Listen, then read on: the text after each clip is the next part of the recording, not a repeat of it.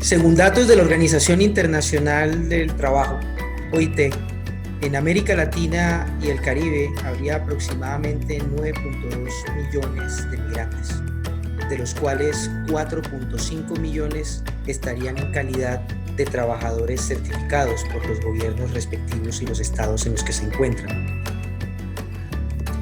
Esta realidad de trabajadores migrantes se abre o de alguna manera se evidencia mucho más en el marco de esta pandemia. La pregunta es, ¿qué está sucediendo con casi 4.5 millones de trabajadores o en general 9.2 millones de trabajadores migrantes en América Latina frente a esta pandemia, en esta situación tan compleja que están afrontando las sociedades, las comunidades y los gobiernos en América Latina? En esta oportunidad en Voces frente al COVID tenemos la participación de Lila Báez y Alexander Angulo.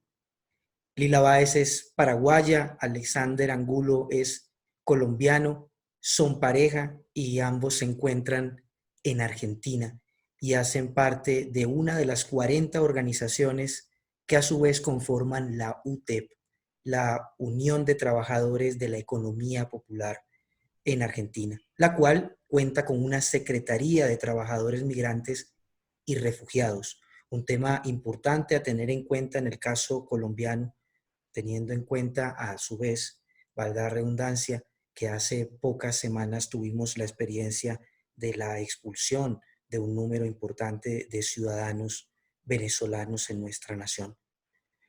Lila, Alexander, un saludo fraterno, un abrazo y pues muchas gracias por acompañarnos en Voces frente al COVID, una iniciativa de la Asociación Nacional de Empleados Bancarios, del Banco de la República eh, y Fundación Casa del Bosque.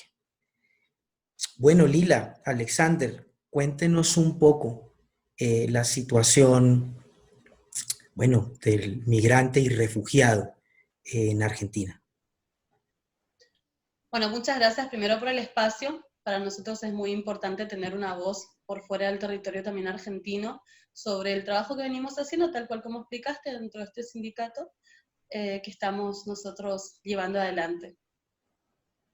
Bueno, mi nombre es Alexander, como ya lo dijiste, Alexander Angulo, soy del Movimiento Popular La Dignidad dentro de UTEP, y el Movimiento Popular La Dignidad tomamos la iniciativa de crear una Secretaría de Trabajadores y Trabajadoras Migrantes y Refugiados.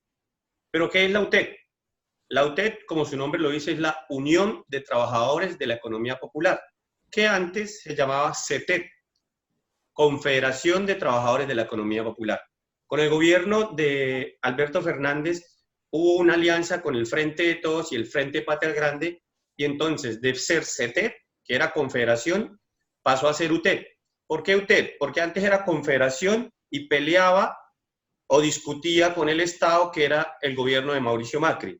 Al crearse la UTEP, se llama Unión de Trabajadores de la Economía Popular, porque pasamos a integrar algunos puestos en el Ejecutivo y algunos escaños dentro del Legislativo, los movimientos sociales. Entonces los movimientos sociales tuvieron la capacidad de negociar con el Estado y por eso se transformó a UTEP. Entonces tenemos compañeros de La Dignidad, de Barrios de Pie, de Evita, de diferentes organizaciones ocupando cargos en el Estado.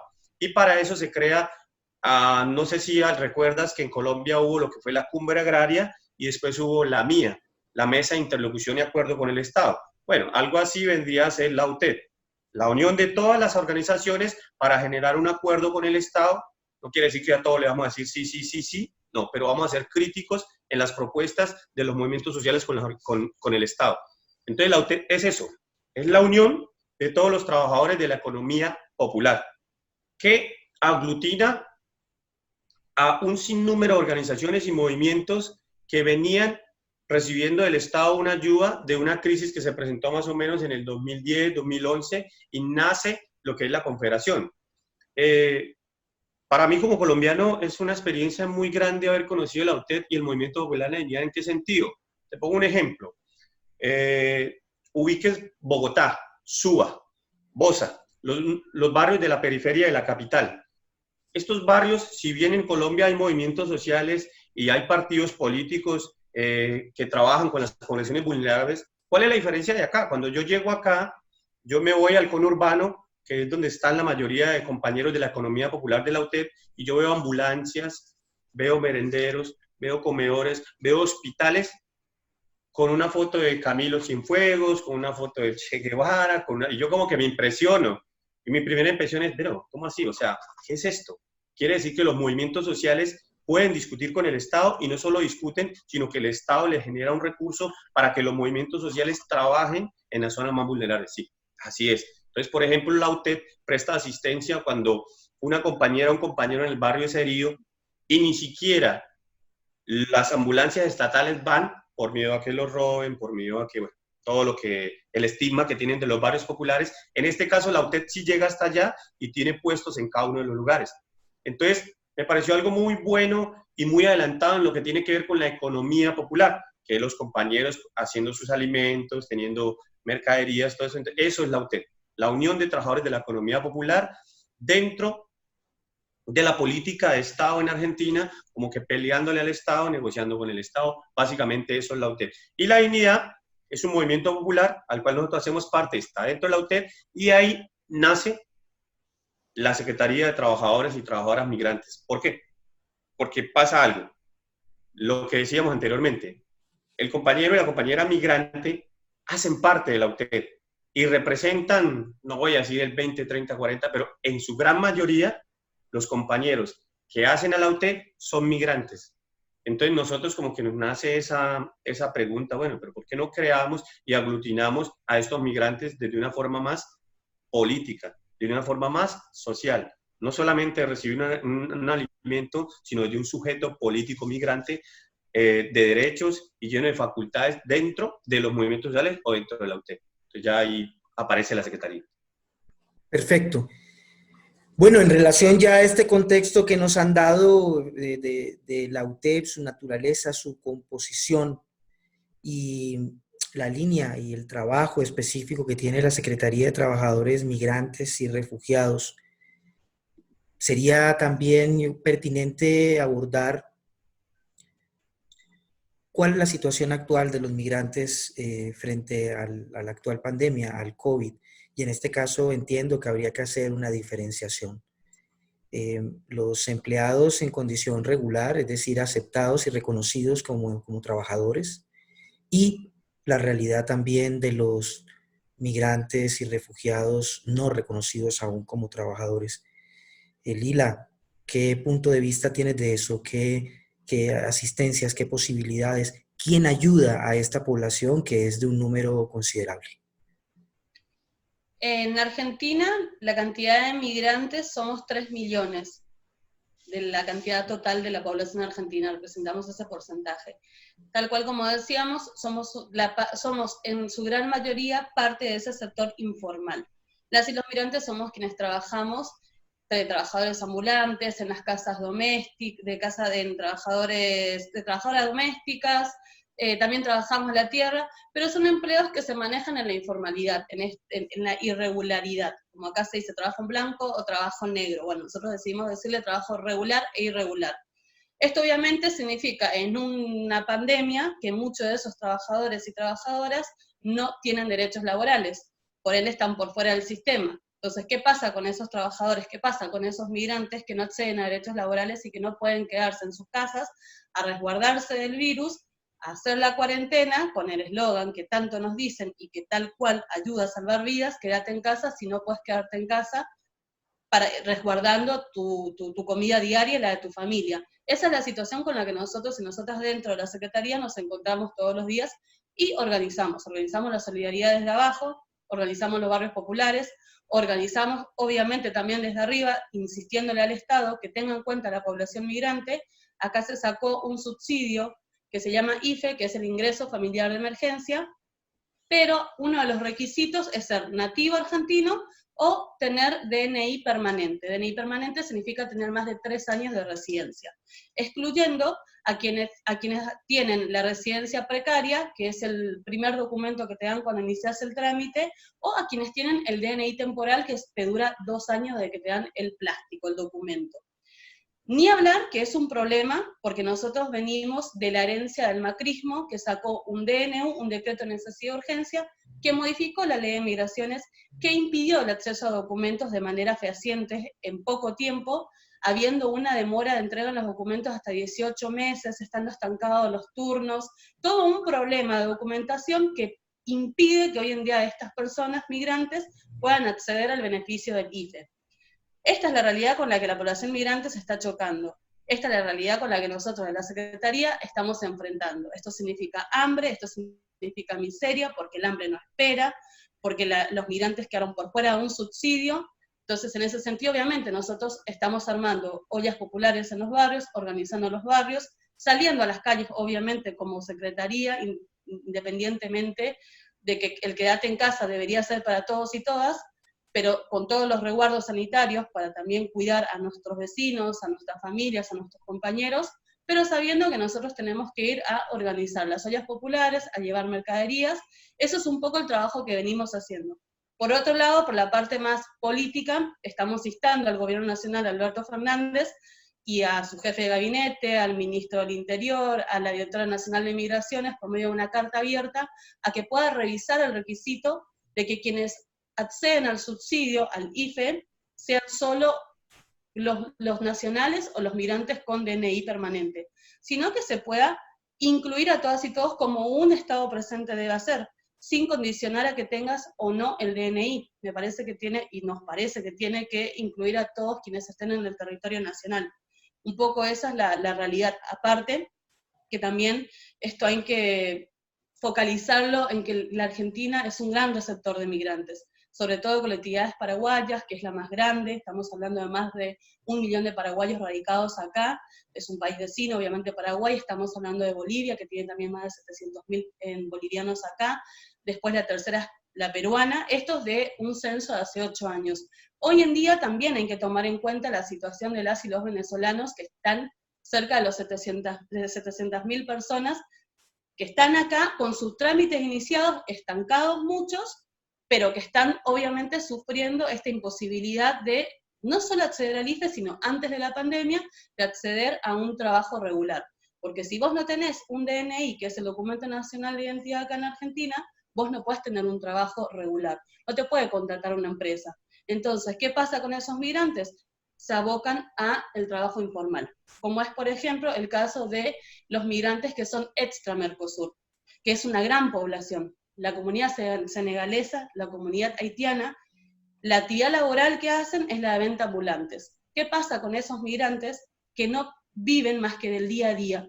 ¿Cómo hacen? Y que viven en hoteles, y que hoy en día los dueños de los hoteles los amenazan con que van a ser expulsados, desalojados.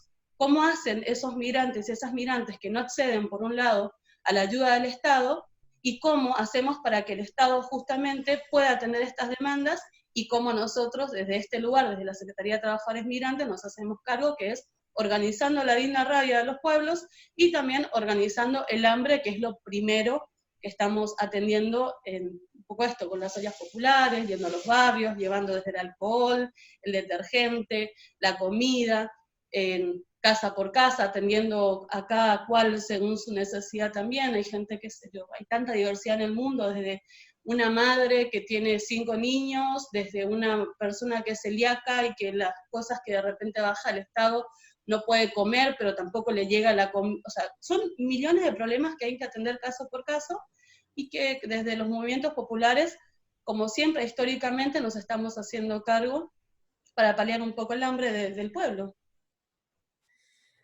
Si mal no estoy, Argentina es uno de los países que ha logrado el mejor número de contención del coronavirus en toda América Latina. Hablamos de un Estado, bueno, de un gobierno ahora que tiene un discurso diferente al de Mauricio Macri, que representa también un conjunto de fuerzas sociales, entre ellas sindicales, etc. Estamos frente a un contexto latinoamericano con unas grandes mayorías o unas mayorías importantes de derecha, que en sus países no impulsan políticas de esta naturaleza, como por ejemplo, me impresionó mucho que en Argentina exista una unión de trabajadores de la economía popular y más allá del nombre o del eslogan, que hayan logrado el reconocimiento y la interlocución con el Estado.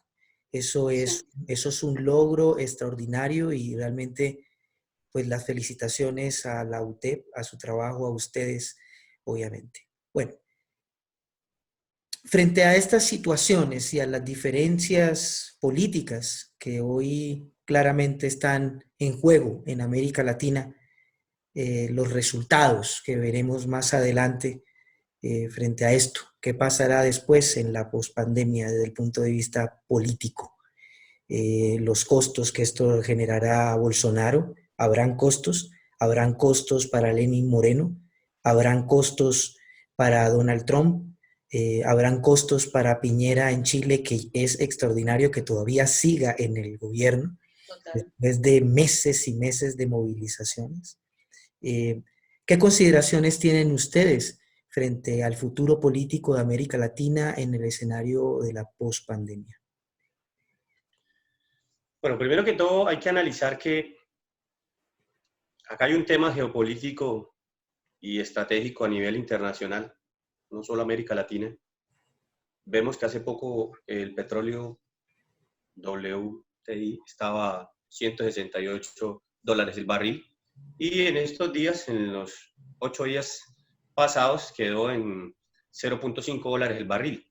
Entonces, esas cuestiones, porque si hablamos de América Latina, hablamos de el aporte energético que mueve al mundo, que en este caso es el petróleo.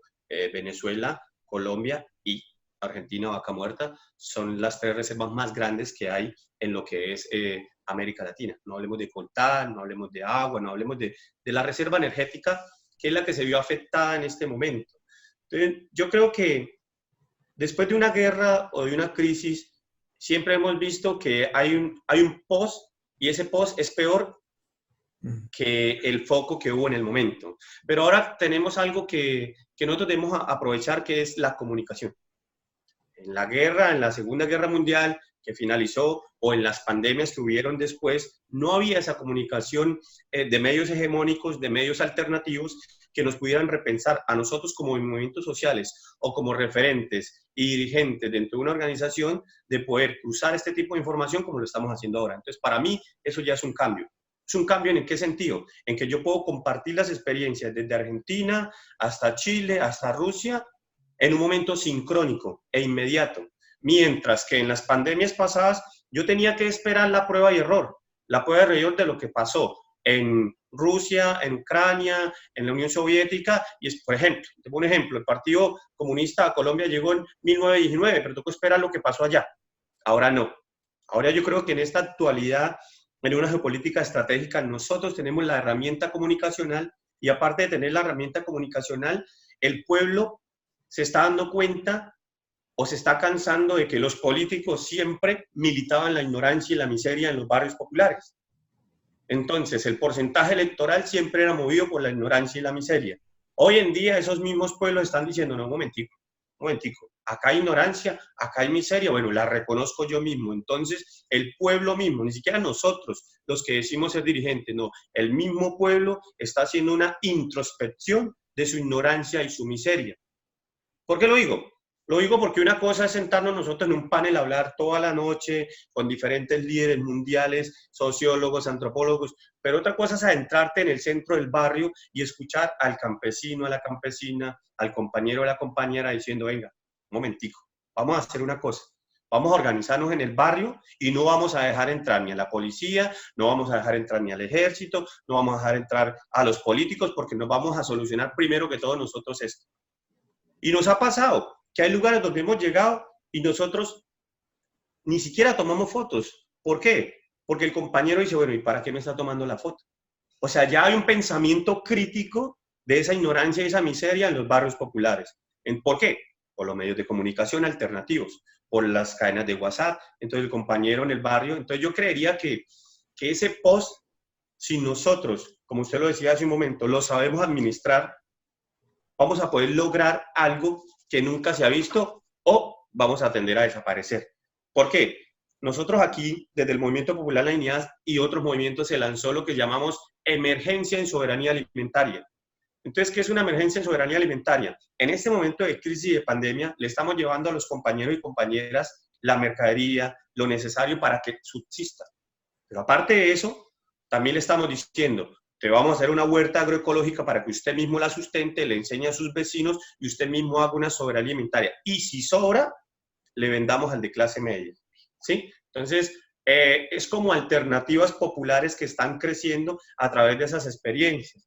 Porque es que yo siempre, y con esta frase termino, yo era uno de los críticos en Colombia que decía que a la izquierda de Colombia le pasa lo siguiente.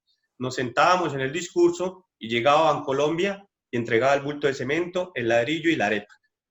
Y quedábamos los movimientos sociales así, echándonos un discurso, porque ese es el problema ese de la izquierda, de nosotros, que nos gastamos tremendos discursos y en Colombia llegaba Bancolombia y entregaba el ladrillo y la arena y nos dejaba así. Entonces nosotros estamos cambiando un poco aquí en Argentina ese chip y lo que estamos haciendo es primero suplir la necesidad inmediata porque el pueblo con hambre no piensa. Es difícil. Y después de que suplimos esa necesidad inmediata en este momento, empezamos a organizar las ideas y las ideas populares, la verdad que nos han servido. Mire, reconocer que hay un sindicato de la economía popular y reconocer que hay una Secretaría de Trabajadores Migrantes y Refugiados, o sea, yo creo que es la primera Secretaría de Migrantes y Refugiados en el mundo que empieza, no conozco otras, pero que empieza a criticar al mismo Estado, al mismo movimiento y las políticas internacionales. O sea, no es una Secretaría de Migrantes y Refugiados que se sienta a decir, bueno, vamos a mirar qué está pasando con la OIM, o no. Vamos a sentarnos a mirar qué está pasando con los migrantes, trabajadores y trabajadoras. Entonces yo creo que sí hay alternativas de cambio y yo creo que sí los movimientos sociales y populares se están y nos estamos repensando esas alternativas y esas luchas que nos sirvieron de antes. A veces como que hay que, Pepe Mojica lo decía la vez pasada que estuvimos en un seminario con él, decía, a veces la naturaleza nos enseña cosas básicas, cosas muy básicas. Aprendemos a caminar y después corremos. Pero usted lo decía hace un momento, la derecha nos venía ganando, pero ¿por qué nos venía ganando? Porque nos sentábamos en el discurso. Lila, para cerrar nuestra conversación, Alexander ha tocado un tema importante que me gustaría que viéramos cómo redondearlo. El tema que también, bueno, lo que tiene que ver con superar también el modelo de asistencialismo, ¿no? En última, yo creo que ahí va el punto que plantea Alexander. Hay un discurso asistencial que debe existir en la medida de que hay que solucionar necesidades inmediatas y el hambre es innegociable. Pero además de la acción de asistencia por la vida, se tejen otros escenarios que apunten al autoabastecimiento, a los escenarios autónomos también, en la medida de lo posible desde el punto de vista económico. Para cerrar, Lila, ¿qué consideraciones tendrías sobre este tema? Y bueno, y en general, una, dos o tres o una propuesta en concreto que salga desde nuestra conversación para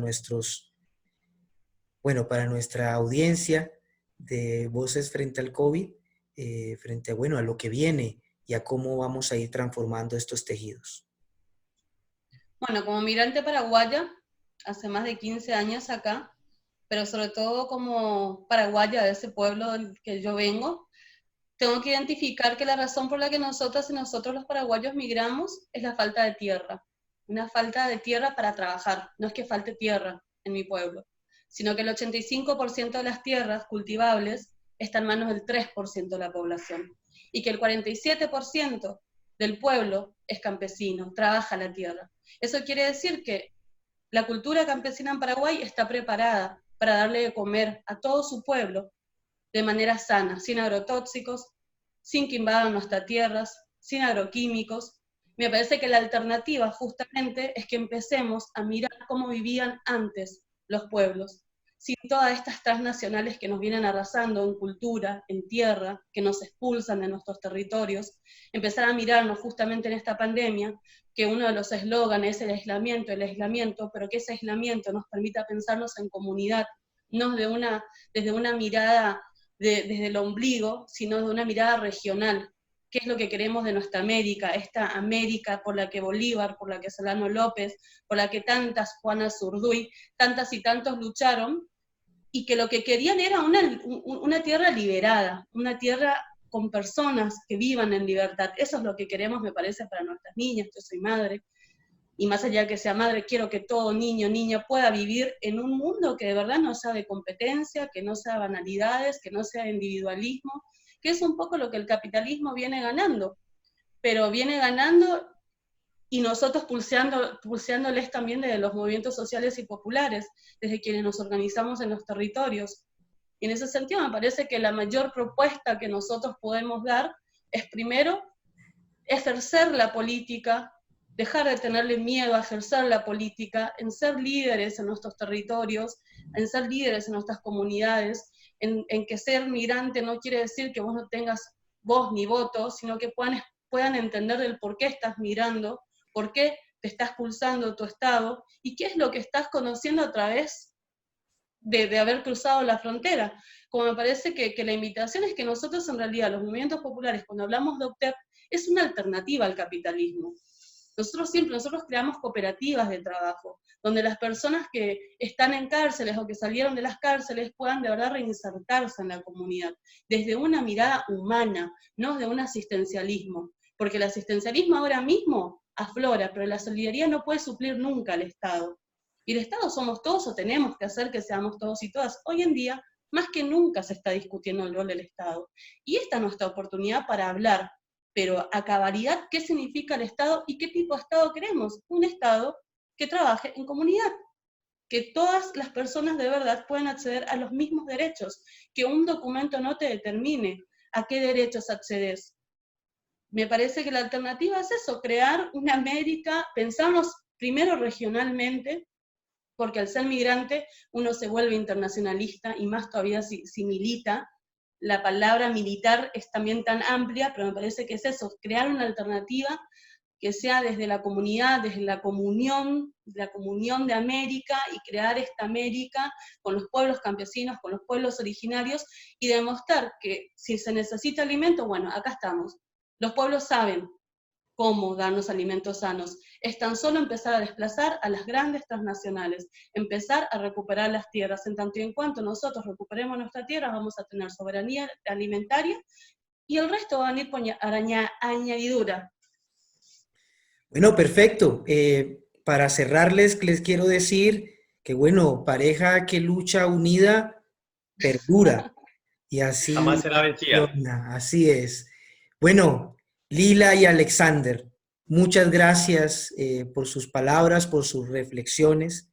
Gracias por abrirnos este momento y este lugar en el ciberespacio para Voces Frente al COVID. Un abrazo fuerte para ustedes. Adelante en las luchas, nos seguiremos encontrando y bueno, un abrazo fuerte para ustedes. Año Ambarete. Un abrazo.